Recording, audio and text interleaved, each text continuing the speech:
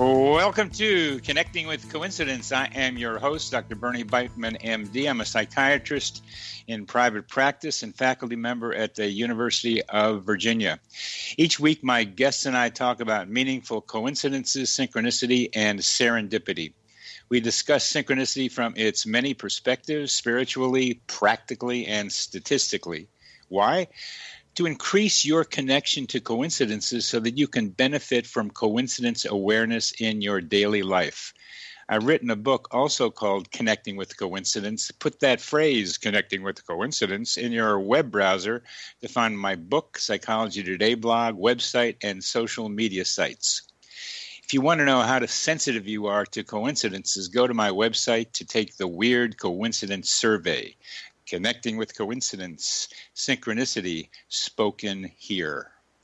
Our guest today is Dean Radin, who is Chief Scientist at the Institute of Noetic Sciences, IONS, and Associated Distinguished Professor of Integral and Transpersonal Psychology at the California Institute of Integral Studies.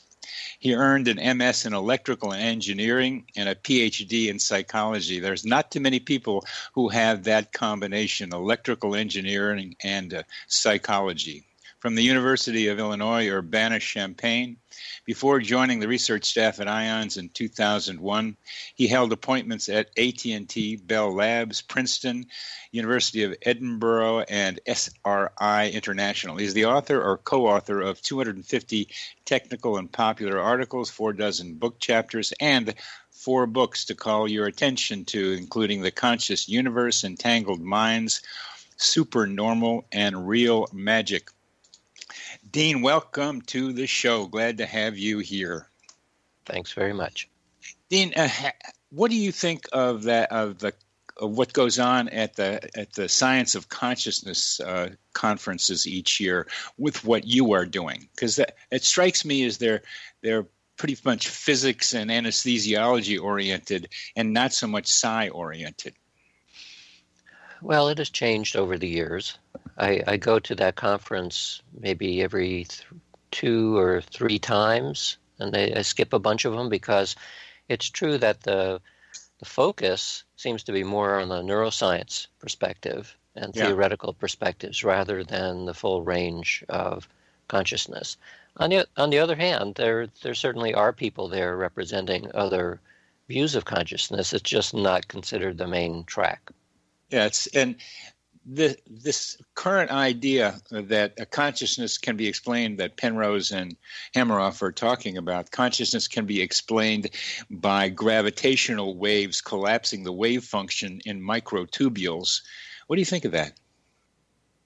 Well, it fits in well with the scientific worldview, which is materialism. So they're trying desperately to fit the idea of awareness into a material mechanistic process. I don't think it's going to work, but that's what most scientists are brought up into, that way of viewing reality, and that's the one that's acceptable. One of the books that have come out of the Division of Perceptual Studies at UVA, and I'm a member of that group, is Ed Kelly's book about mind and what's it called? Irreducible mind.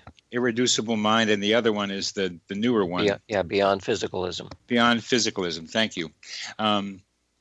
And in that book, particularly the first couple of chapters, there are ideas about trying to describe the filter theory idea, that maybe William James had something to do with putting out there, and also Aldous Huxley had a metaphor of the reducing valve, and other metaphors have been used, but trying to be able to figure out a decent metaphor for understanding the connection between our smaller minds and the greater mind.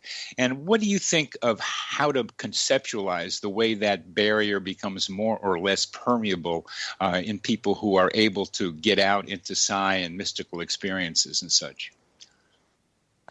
Well, my understanding on this has evolved over the years, because since I had training as an engineer first and then as a psychologist, I'm pretty much bought into the material worldview because, among other things, it's just so powerful. So Yeah. it would be silly to drop it as a way of thinking about reality. The problem occurs when you're now addressing issues of anomalies of consciousness, which include synchronicity and psi and the whole shebang. So I've become much more inclined to think of idealism as a more fruitful way of thinking about not only these anomalous effects, but about the material world as well. And I'm not a philosopher, and I've always resisted learning about philosophy because it makes my brain hurt. But I've been kind of forced to think about worldviews because of the difficulty of putting these kinds of experiences into a materialistic worldview. So while the ideas like Henri Bergson's notion of the brain or the brain-mind system as being a filter, I think actually it's not radical enough. So if you take an idealistic viewpoint which says that consciousness is fundamental, then in many ways from that perspective, the physical world emerges out of some kind of primordial awareness.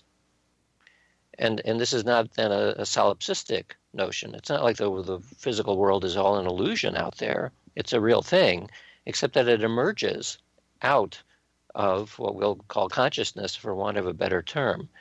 And in many ways, it's no different than imagining how chemistry emerges out of physics or how biology emerges out of chemistry. There are new things that come about as when you go higher up in this hierarchy.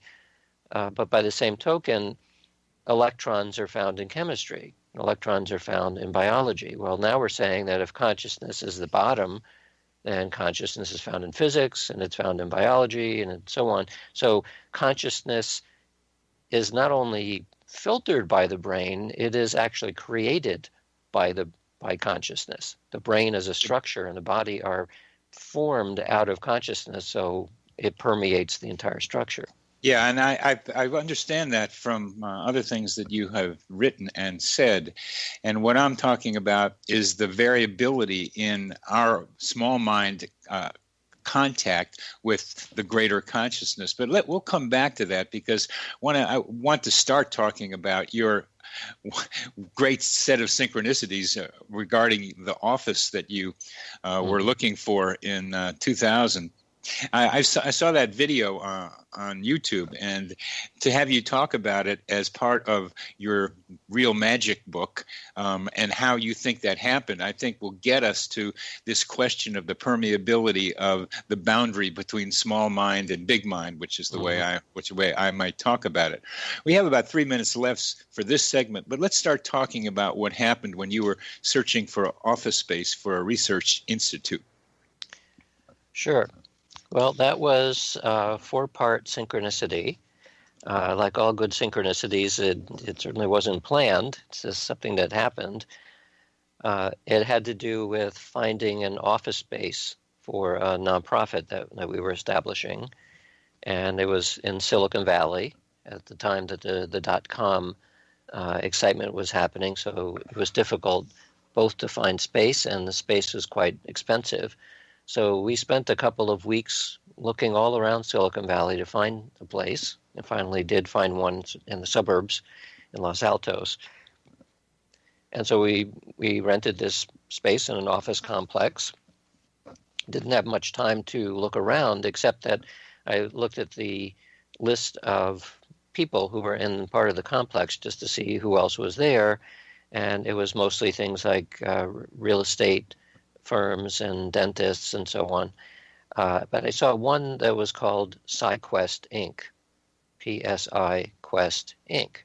So that was the first synchronicity because we were creating an institute for psi research, psi meaning psychic, and there was some place called PsiQuest, which sounded like what we were doing. So at that point, we just simply said, well, that's a good omen or a nice synchronicity, but we didn't think too much else about it. So since we're coming up on time, I think I'll wait for the second synchronicity. Good. That was a hint that maybe you were on the right path. But as we cruise into the end of this segment, I'm looking at descriptions or descriptions of the wave function, the equation that describes how waves operate in quantum mechanics. And I was startled to see that the Greek letter psi is used as part of that equation. Yes. That's another little coincidence that I have to wonder about. What did you think about that? Yeah, it stands for almost the same thing. In quantum mechanics, it's an unknown. It's part of the wave function in a variable. But on the other hand, psi is simply a letter of the Greek alphabet, and it is used in lots of different kinds of equations. Yeah, and it's also used in psychology because that's what we mean by mind. Right.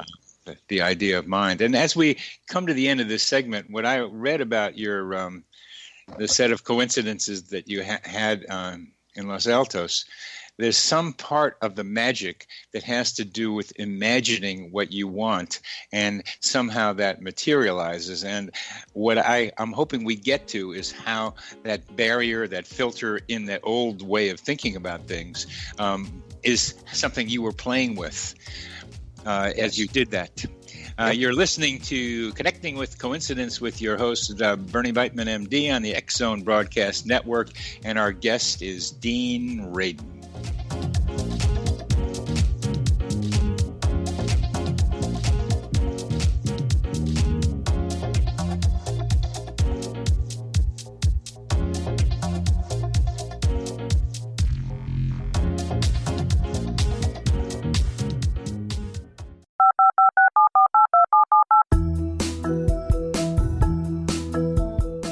Did you know that when you're on the road with limited data or Wi-Fi, you can still listen to the X-Zone Radio Show with Rob McConnell, The Science of Magic with Gwilda Wiyaka, X-1, Dimension X, Space Patrol, and every minute of the X-Zone Broadcast Network by calling 213-401-0080, courtesy of Audio Now.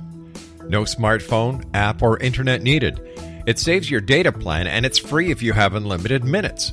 Call 213-401-0080 to listen on any phone, anytime, anywhere. Remember 213-401-0080 for the best of the paranormal, parapsychology, and sci-fi radio programming anywhere, 24/7, 365.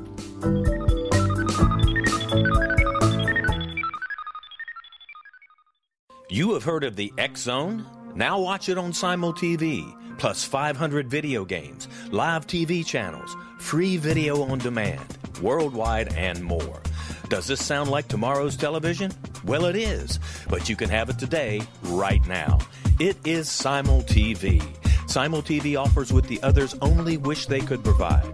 15 exclusive channels like X-Zone, sci-fi, and horror.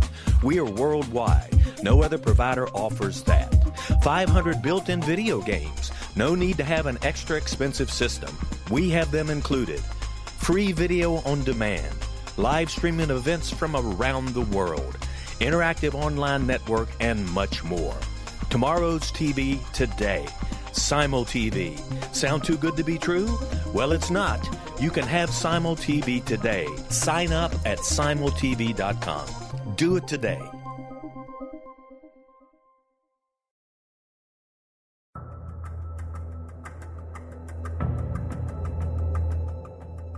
Modern Esoteric, Beyond Our Senses by Brad Olson, consummates the lifeology story about where humanity originates. It is the lost continents, the primitive wisdom, the mythos of creation, and the rethinking of ancient history as we are taught in academia. There is much more to the story than what we have been told.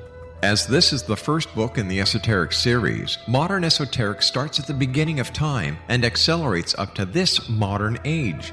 Future Esoteric is book 2 in the series and takes a forward-looking position ahead of today with an open and honest examination of the ET issue and various unexplained phenomena.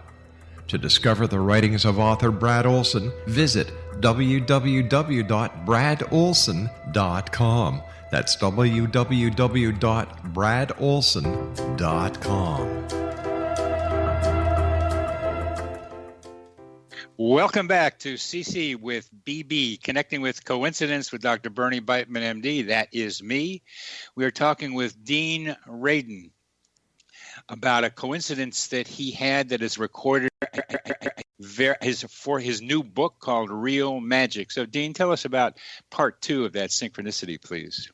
All right. So synchronicity number 2 is after being at the office for about a month, I started wandering around in the area, and I walked to the office a different way that I had not taken before. And I noticed, to my surprise, that in the office right next to us, there was a small sign that said SciQuest Research Labs, which now made it a little bit more interesting because I had assumed that SciQuest stood for something like Personnel Service Investigations or something like that. And so what were they doing with the research lab? So I tried to look through the mini blinds, which were closed, and it looked like it was empty. There were no lights on inside or anything, and I didn't see anybody through the blinds.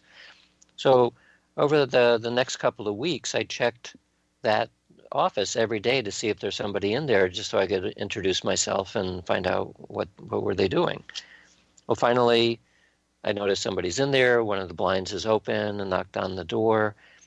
A man comes to the door, and I'm preparing to say hello. I want to introduce myself. My name is, and the door was open by that time, and the man that opened the door looked at me, and he looked like he was going to pass out, like he looked like he was in shock. And of course, I was concerned, and it was right up to the point where I was about to say my name, and he said it for me. So I said, "Hello, my name is," and he kind of, eyes bugging out, said, "Dean Radin?" And so now I didn't know what to think because I had never seen this person before. I had no idea how he would know me because our name, what we were doing, was not anywhere on our. In fact, nobody knew where we were at that point, and no one knew what our institute was about because we called it Boundary Institute. Didn't have anything to do with psi, at least not visibly. Do you know why you called it Boundary Institute? Because that's what I'm curious about. That's what I've been trying to talk about, the boundary between small mind and big mind, or at least one idea. Yeah, for us, it was the boundary between mind and matter. Good. Same idea. Yeah. Yeah. So I said, well, I didn't ask him how he knew my name, but I said, I'm your neighbor, and I wanted to just find out what you're doing here. So he said, "I'm doing what you're doing." And I asked, well, what do you think we're doing? And he replied, "I'm doing psi research. I'm doing parapsychology." So this was quite stunning to me, given that we know everybody in the world who's involved in this. We've never heard of a completely independent institute doing psi research. And, of course, we're right next door to him. So this was synchronicity number 2. You have 2 parapsychology research facilities right next door to each other, and neither of which knowing that the other was going to be there. Beautiful. So now the third synchronicity is, after we had both recovered, I asked the owner of this place, his name was John, first of all, why were you so shocked when I opened the door? After we got over the idea of two similar institutes right next to each other. And he said this because he was trying to manifest me. He was trying to make me show up. Now, he didn't expect that I was going to physically show up right at his doorstep, but he was looking for a synchronicity. He was trying to create one so that he would run into me somehow. And the reason was that he wanted me to be on his board of directors for his organization to help doing things like fundraising. But he had no idea where I was. As far as anyone was concerned at that time, I was still at the University of Nevada. Huh. But so no one knew that. Hardly anybody in the public knew that I was already working in Silicon Valley for a couple of years, and there was no way for anyone to have found me either, because the company I was working for was extremely proprietary, so they didn't release information about anybody and anything. What was your reaction when he said your name? Well, I felt disoriented because It wasn't so much the name. I mean, I'm semi-public, so people might recognize me, although not that surprising. But when he told me that he was trying to make me show up, he was trying to manifest me. Yeah. That really made me feel quite disoriented because I think I have free will. And I think I went to the door that day and knocked on it thinking, okay, I'm going to do something now. And yet it fit in perfectly with what he was trying to do. And I asked him, how was he doing it? What does it mean to try to manifest someone? Yeah. Well, so he was doing a Tibetan dream yoga technique, which is 3 hours awake and 3 hours dreaming, and you do that over 24 hours. And after the second or third round, you start getting into this strange space where you're not completely sure if you're awake or dreaming anymore. And in the dream, you're specifically using intention to draw toward yourself the thing that you want. It's part of magical practices. You are drawing, pulling towards yourself the thing that you are keeping in your mind. So when I knocked on the door, he had just finished a 3-hour dreaming session, and he was shocked because he was not completely sure if he was dreaming or awake. And I thought I was awake, and I'm sure I was, because we then had to get over this shock of somehow the magic had worked. How does one know one is dreaming during these 3 hours on and 3 hours off? Well, that's the thing, isn't it? So if you are sleeping and dreaming in 3-hour shifts, maybe the first time it may be difficult to go to sleep, but the second time, third, and fourth time are pretty easy because you're already in a kind of discombobulated state. Yes. So it's easy to fall asleep. And so in the process of falling asleep, you kind of program yourself to, this is the thing I want, this is the thing I want. You go to sleep with that in mind. And because you're in this strange state, you're very likely to end up dreaming, and hopefully dreaming the thing that you want. So he wasn't a lucid dreamer, but he was having dreams that were along the lines of what he was trying to program. And this was not just a one-shot deal. He'd been doing this for months. So he would program himself before he went to sleep, as well as he could know that he was awake when he was doing it. And then he would like so many people, like Kekulé discovering the benzene ring, wanting to be able to use the dream to be able to come up with the answer to a problem. Right. So he didn't imagine that I was going to open the door one day. He was imagining that it'd be more like he would find something I had written that had an email address or some other way that he can get in contact with me. Okay. But here you were in the flesh. Here I was opening the door, which, as you can imagine, it would be a little shocking to, I really want to get in touch with this guy, but not have him show up at the door. You mentioned that you think you have free will, which I like to think you do too. So that when you want to have someone do something and it's not what that other person wants to do, that would be a problem. That would actually be black magic. That's what I thought. Yeah. But you were kind of as far as I can tell, in a neutral position about whether to meet this guy or not, because at least he wasn't going to be against what you were doing, and there he was being in favor of what you're doing. But you were kind of almost the way you describe it, a pawn in his dream. Yeah, but it was a two-way street. Yes. So synchronicity number 4 is that about the month before all of this unfolded, I was in the office. We had a pretty large suite of offices, and the only one that I had furnished was mine, because I was waiting for the other folks in our organization to join me. So I'm in this big empty space in my office, and I had a desk and a whiteboard and a few other things. And I've been drawing on the whiteboard the kind of laboratory space I want, which is a certain sort of shielded room and a special reclining chair and some physiology equipment and a bunch of other things. So I was sketching it on the board, and it was sitting there now for weeks on the board, and I was looking at it a lot, thinking both about what we would be doing and about the equipment, and also wondering where in the world am I going to get all this stuff.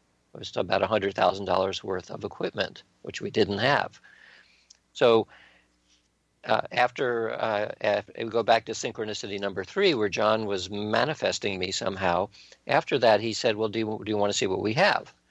Of course. So he brings me back into his lab, which has the shielded room that I wanted, the reclining chair, the physiology equipment, and a bunch of other stuff.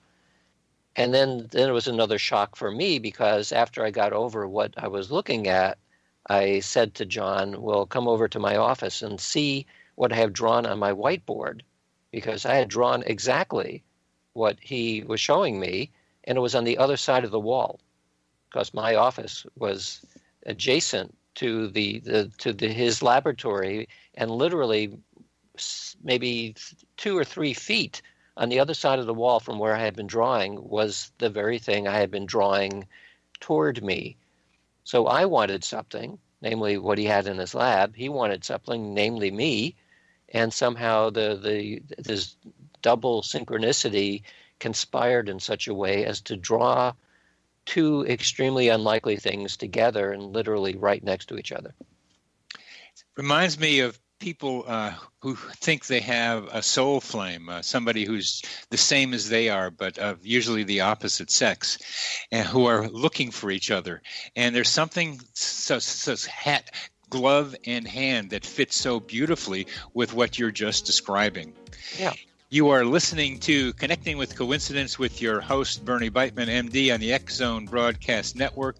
And our guest is Dean Radin, who is the author of the new book called Real Magic.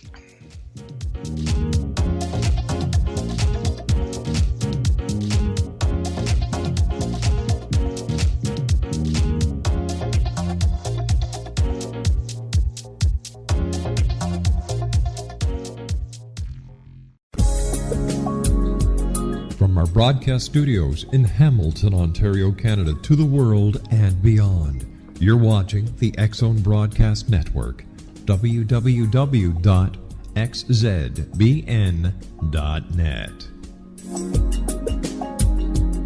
AVS Media Den.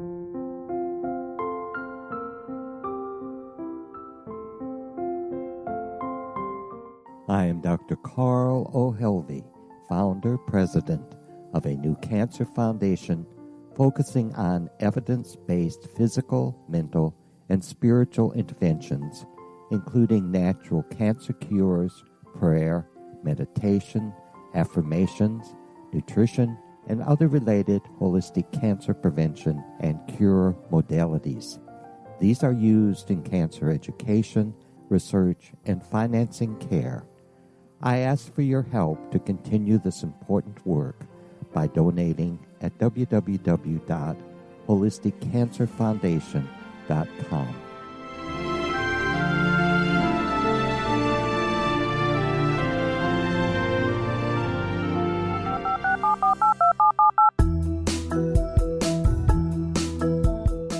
Did you know that when you're on the road with limited data or Wi-Fi, you can still listen to the X-Zone Radio Show with Rob McConnell, The Science of Magic with Gwilda Wiyaka, X-1, Dimension X, Space Patrol, and every minute of the X-Zone Broadcast Network by calling 213-401-0080, courtesy of Audio Now. No smartphone, app, or internet needed. It saves your data plan, and it's free if you have unlimited minutes. Call 213-401-0080 to listen on any phone, anytime, anywhere. Remember 213-401-0080 for the best of the paranormal, parapsychology, and sci-fi radio programming anywhere, 24/7, 365.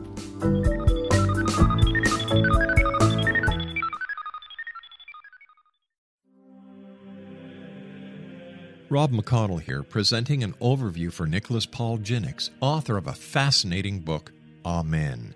It presents facts revealed by Egyptologists, facts that enable us to understand why Amen is the beginning of creation of God. It provides recommendations for religious leaders of the major religions to unify their beliefs and teach the Word of God. Love one another. Amen informs people how mankind conceived God. It was the Egyptians that developed the concepts of a soul, a hereafter, and Son of God, and finally, after the worship of many gods, they conceived the belief in one universal God, the maker of all there is. For more information, visit www.futureofgodamen.com. That's www.futureofgodamen.com.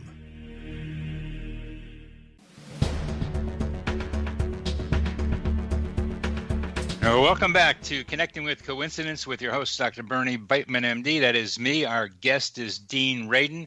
And Dean, we are talking about a tremendous set of coincidences that took place with you and your office space, and trying to talk about how that happened. And one of the things that you've mentioned is that you try to create synchronicities in your lab, much like when people talk on the think of someone and someone calls on the telephone, there they are. What do you mean by magic, and what is its relationship to synchronicity? So magic is part of the esoteric traditions. And the reason I started looking at these traditions is to find a clue to answer the question that always comes up, which is, how do you explain how these things can work? So when most people, especially in the Western world, are asked that question, then what we try to come up with is a mechanistic answer based on things like particles and forces and fields. And this is why for something like telepathy, what almost always comes up when people are imagining how it could work is that it's something like radio. It's an electromagnetic signal of some type. Yeah. The problem with that is that for probably a century now, people have been testing the idea as to whether or not it is one of the known forces, in particular electromagnetism, through use of shielding and distance and other methods. And it basically, we know with high confidence that we're not dealing with electromagnetism. So it's not mental radio. It's something completely different. Well, then someone like a physicist who spends their life learning about the material forces, they'd say, well, then what you're talking about is impossible. It can't work because we don't know of anything that does that. And I think they're probably right, that from a straightforward materialistic perspective, it's very difficult to understand how any of this stuff can work. So you look in the esoteric traditions, because science is roughly 400 years old, but the esoteric traditions are maybe 40,000 years old. And there's a single thread that you see echoed again and again through all cultures throughout history on that lineage. And that's where the idea comes from that consciousness is fundamental. It's from where the universe arises. And if you then simply adopt that perspective, then suddenly things like telepathy and all of the psi phenomena and synchronicities start to make sense. But they make sense in a way that is not conventional, at least not from a scientific perspective, because you have to imagine a more radical reality where the physical world becomes a special case of a more complex reality where ultimately mind or consciousness is really the fundamental thing. What makes a person, either state or trait, more able to do psi events? Well, there's a little bit known about that. We know that the psychological trait of openness is an important component. There are many experiments looking at what's been dubbed the sheep-goat effect, where the sheeps are the believers and the goats are the non-believers. And so using belief as a factor in an experiment, you can modulate performance by looking at belief. So the typical experiment is a classroom of students, and you separate them according to their prior belief in ESP. You have them do the same experiment, and the results are very predictable. The believers will get a positive result, and the non-believers will either get a null result or a negative result. And the difference in performance between both of those groups typically is significant. So what's interesting then is that you look within magical lore, and you find that among the things that modulate magical practice is belief. And noticing that and many other similarities made me realize that parapsychology has been studying magic. The same kind of effects that you see in the esoteric concepts of magic are the same as what we see in the parapsychology lab, except we don't talk about magic because it sounds antediluvian somehow. But in fact, that's the kind of practices that we've been talking about, and that's why I'm thinking that we need to pay more attention to the way that the people throughout history have thought about these phenomena. Now, all of it, of course, was pre-scientific, so they didn't have the same language or concepts, but maybe they were onto something that we have accidentally dropped in the effort to look more scientific, and that's ultimately what turned into my book, Real Magic.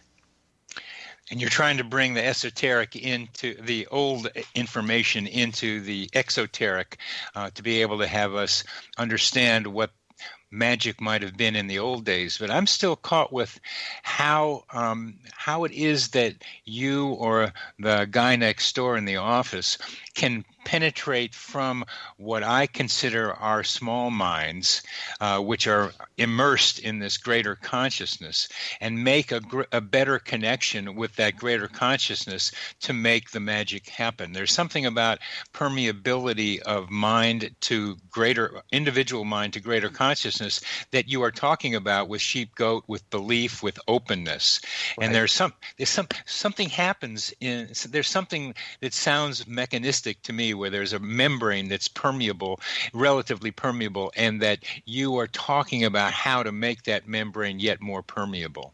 Right. So here's where magic provides a clue.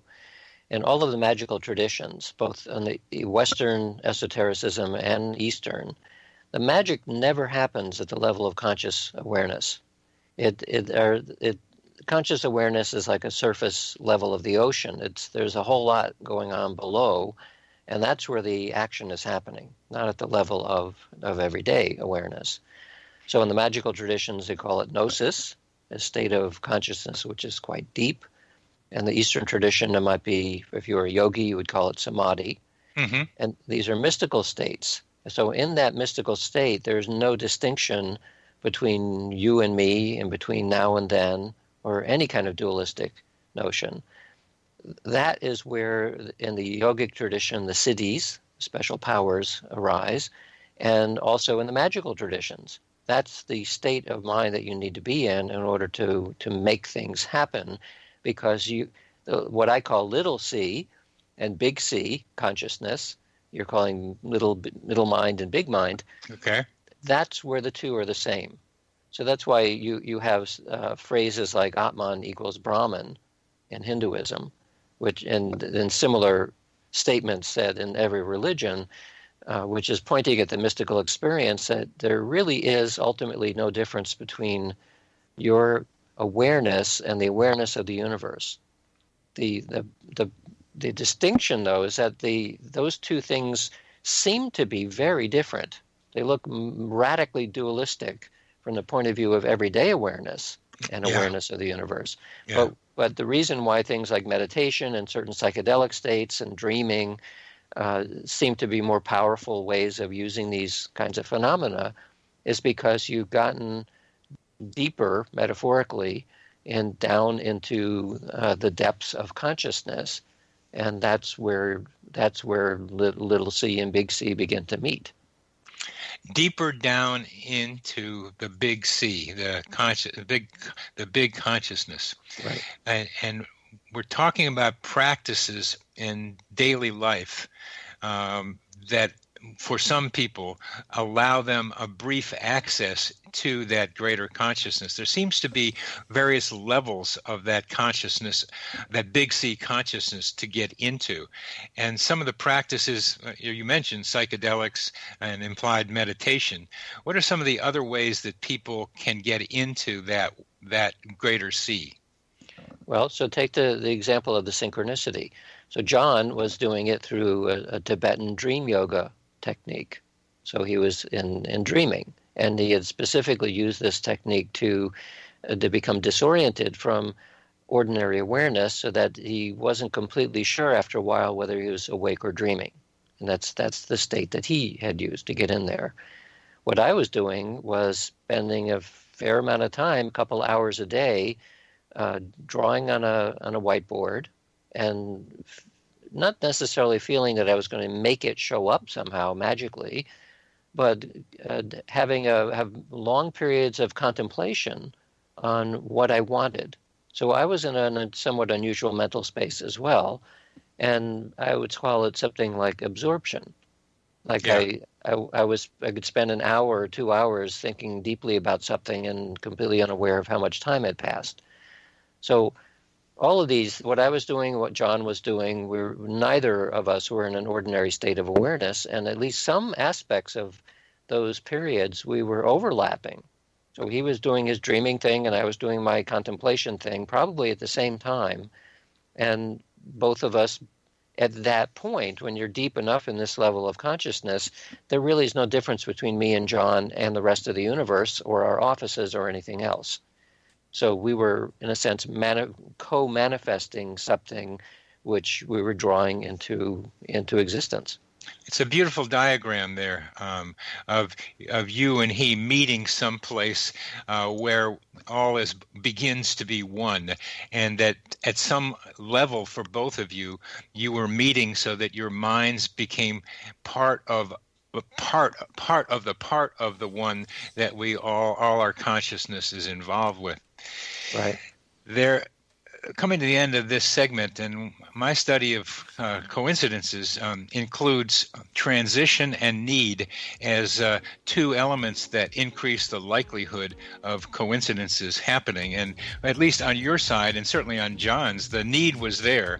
He was transiting, you were transiting. So these are qualities of the moment that help make that happen. You're listening to Connecting with Coincidence with your host, Bernie Beitman, MD, on the X-Zone Broadcast Network. Our guest is Dean Radin.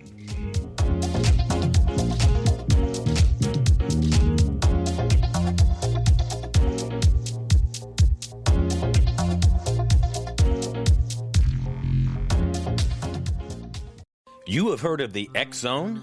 Now watch it on Simul TV, plus 500 video games, live TV channels, free video on demand, worldwide, and more.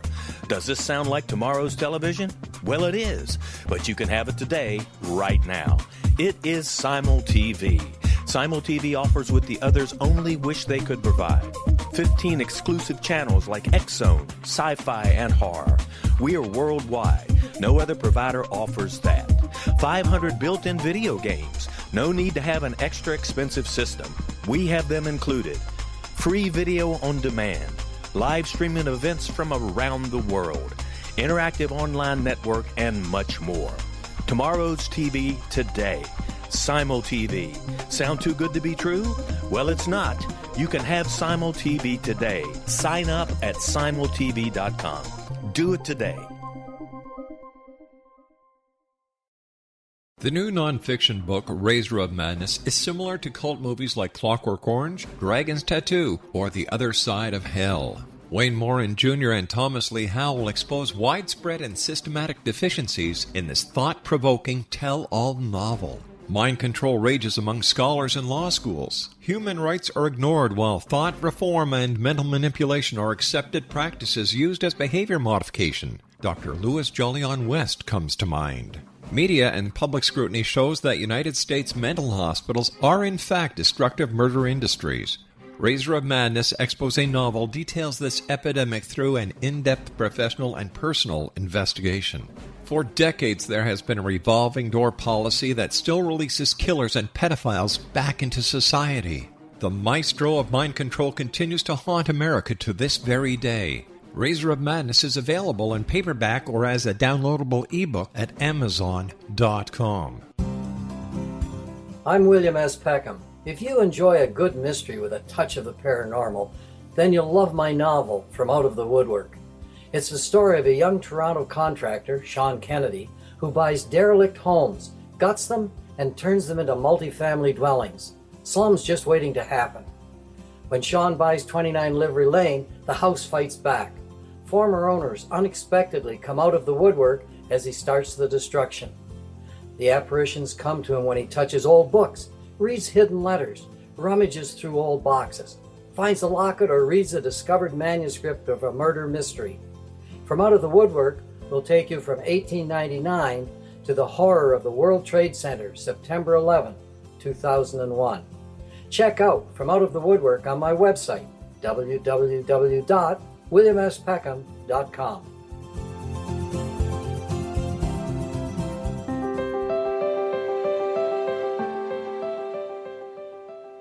Welcome back to CC with BB. Our guest today is Dean Radin, and we are talking about amazing coincidences and synchronicities and trying to bring them back into real life, our regular life here on the planet.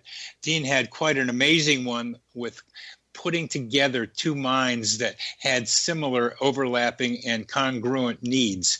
An amazing one. But now we're talking about how we do this in regular life. We're talking about small consciousness, C, small c, big C, and trying to see how we in our lives can bring synchronicities into them. And Dean, please talk a little bit more about us regular humans walking around trying to make synchronicities happen.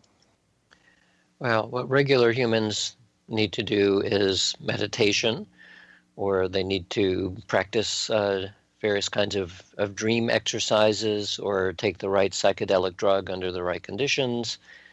Basically, your everyday conscious awareness is not the place to be for these kinds of phenomena. Unfortunately, I think you don't need to spend 30 years meditating to make it happen. I think there are other factors that also are important here, like focus and clarity about the nature of the intention, and about motivation. So you can, with focused clarity and motivation and belief has to be there as well, with those factors are all in alignment, then, quote, miracles can happen. And this, of course, is the underlying basis of the whole genre of affirmations research.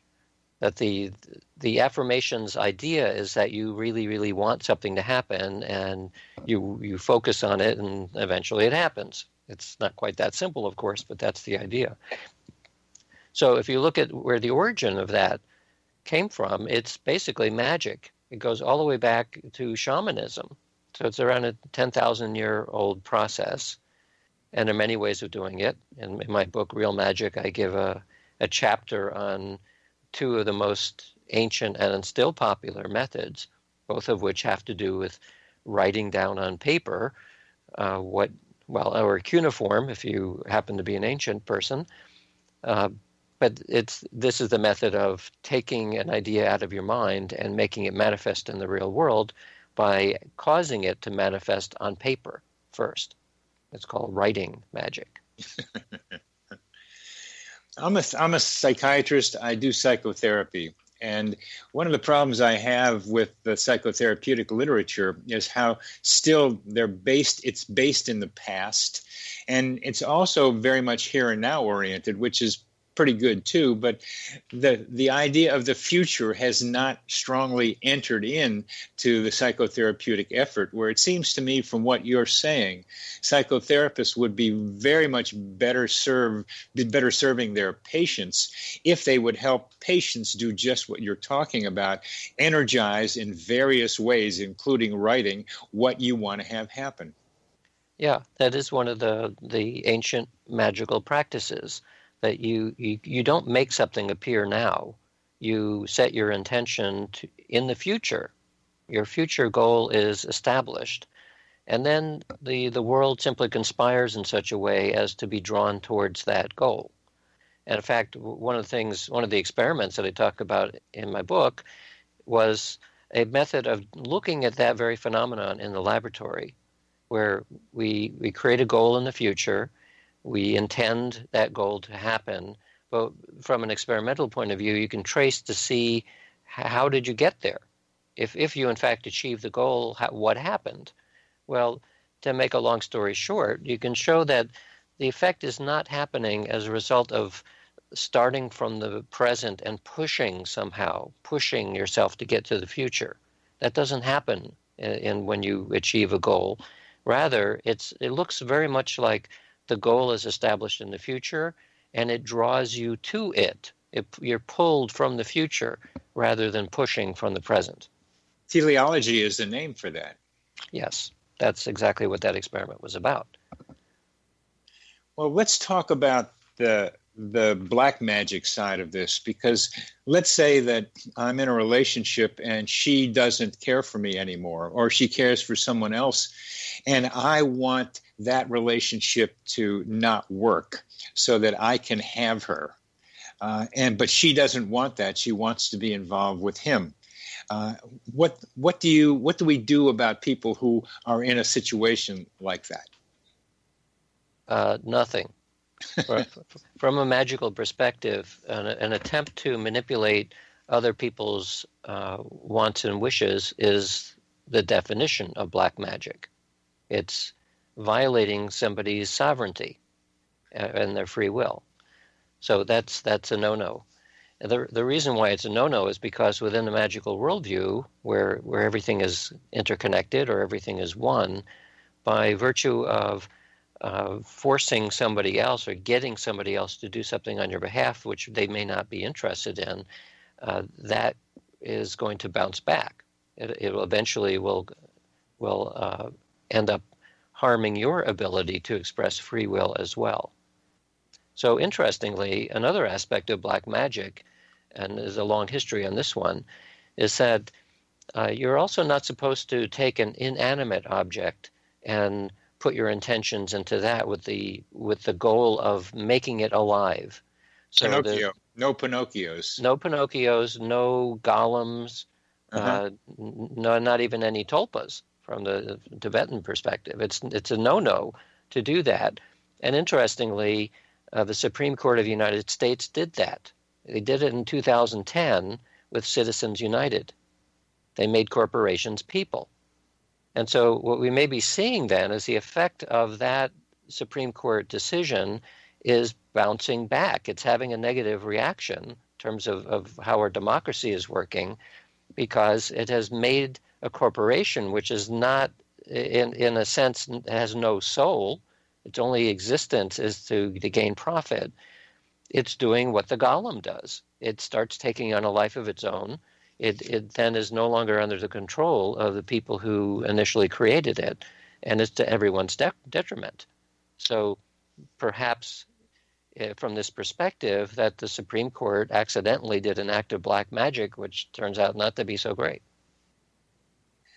Wow.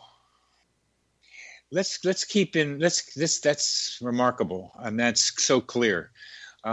What other more macro rather than intrapersonal or personal or inter or intrapersonal examples do you have of magic, both positive and negative? Well, on the positive side, some years ago, we did a study on spontaneous remission of disease.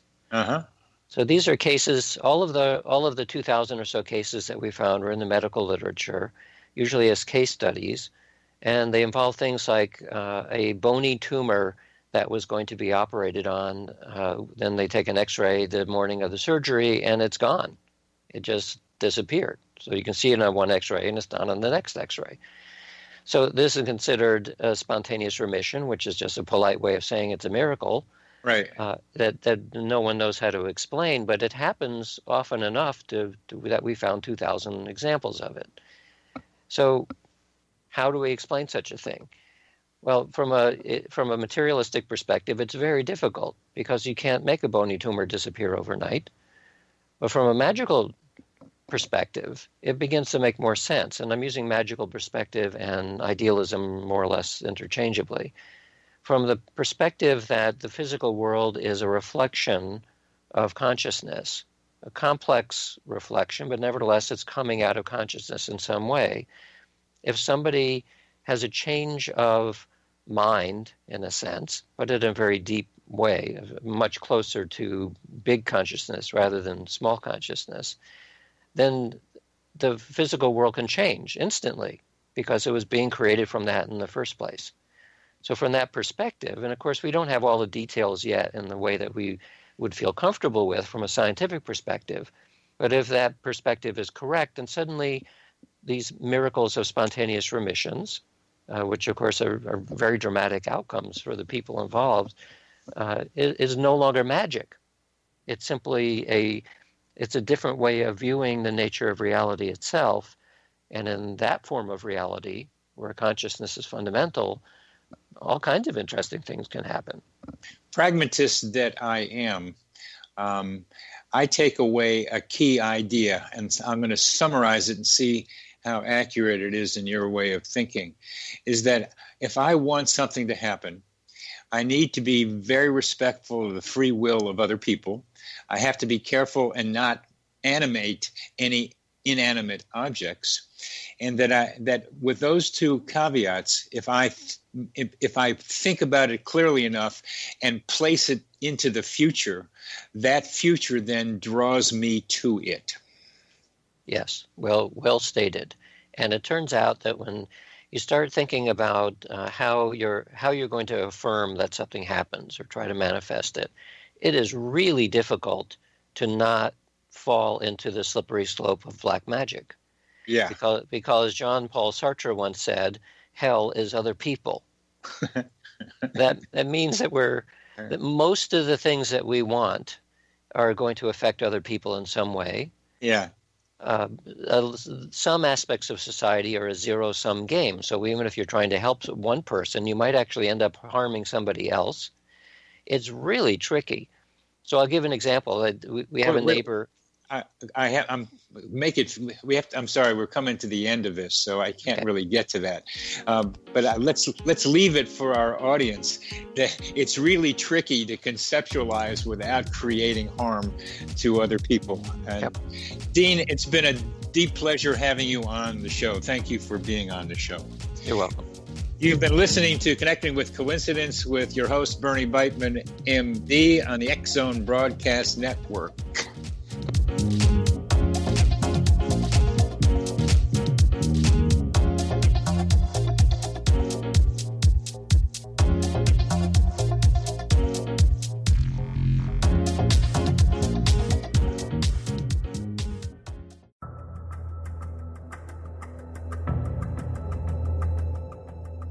Modern Esoteric, Beyond Our Senses by Brad Olson, consummates the lifeology story about where humanity originates. It is the lost continents, the primitive wisdom, the mythos of creation, and the rethinking of ancient history as we are taught in academia. There is much more to the story than what we have been told. As this is the first book in the Esoteric series, Modern Esoteric starts at the beginning of time and accelerates up to this modern age. Future Esoteric is book 2 in the series and takes a forward-looking position ahead of today with an open and honest examination of the ET issue and various unexplained phenomena. To discover the writings of author Brad Olson, visit www.bradolson.com. That's www.bradolson.com.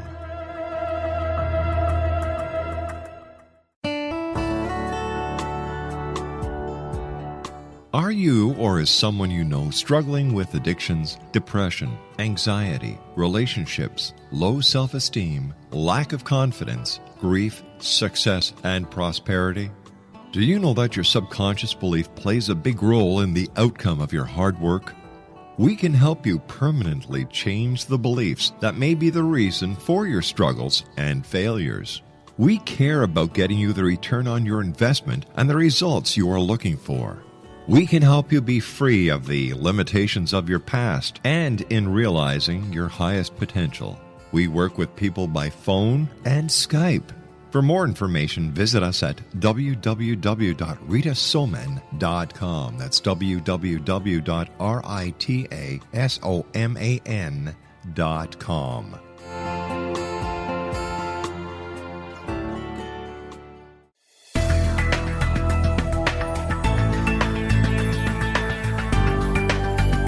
Do you think you have energy problems in your home? Do you feel better when you're away than when you're home?